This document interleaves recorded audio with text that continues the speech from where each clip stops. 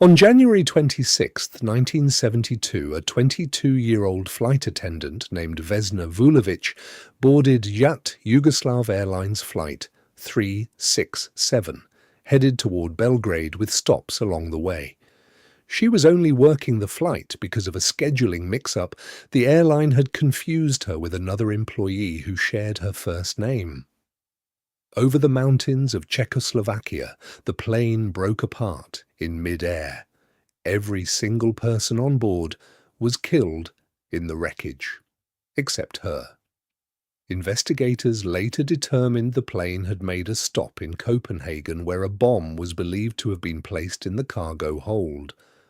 Somewhere over the mountains it detonated, tearing the aircraft apart at roughly 33,000 feet in the air.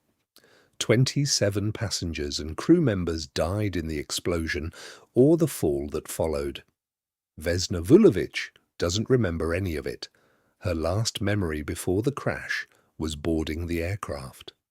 Her next memory was waking up in a hospital, seeing her parents beside her bed.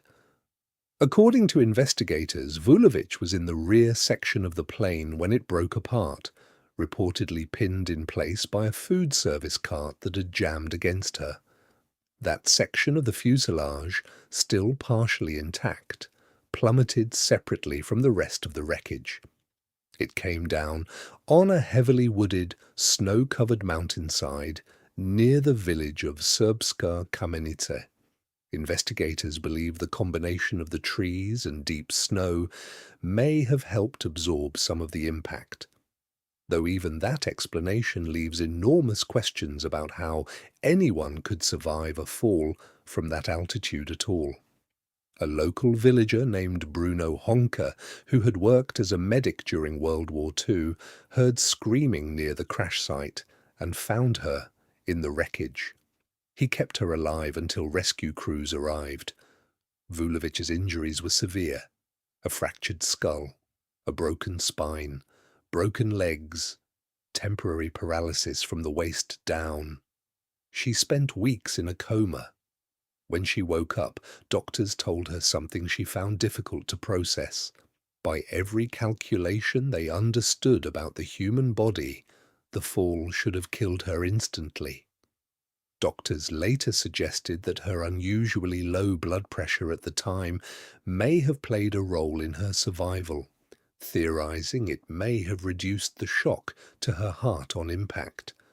Though even specialists acknowledge this explanation doesn't fully account for surviving a fall of that magnitude.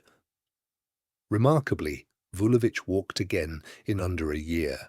She eventually recovered enough to return to work at the same airline, this time in an office role. In 1985, Vulović was formally recognized by Guinness World Records for surviving the highest fall ever recorded without a parachute. The record still stands today, more than 50 years later. She gave interviews about the crash for the rest of her life, always careful to note that she remembered nothing of the fall itself, only boarding the plane and then waking up in the hospital.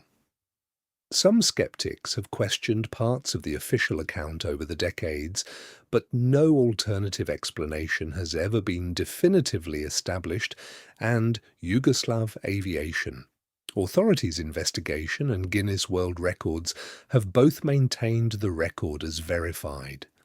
The bombing itself was widely attributed to Croatian nationalist separatists at the time, though no one was ever formally arrested or convicted for planting the device.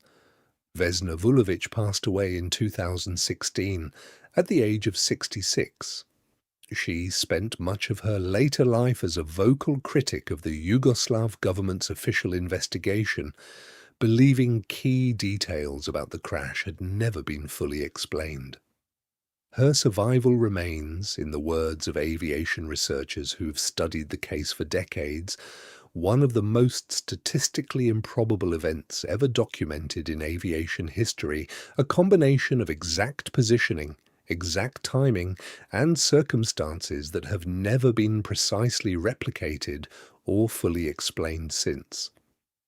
27 people died in the same few seconds, in the same aircraft, at the same altitude. One did not.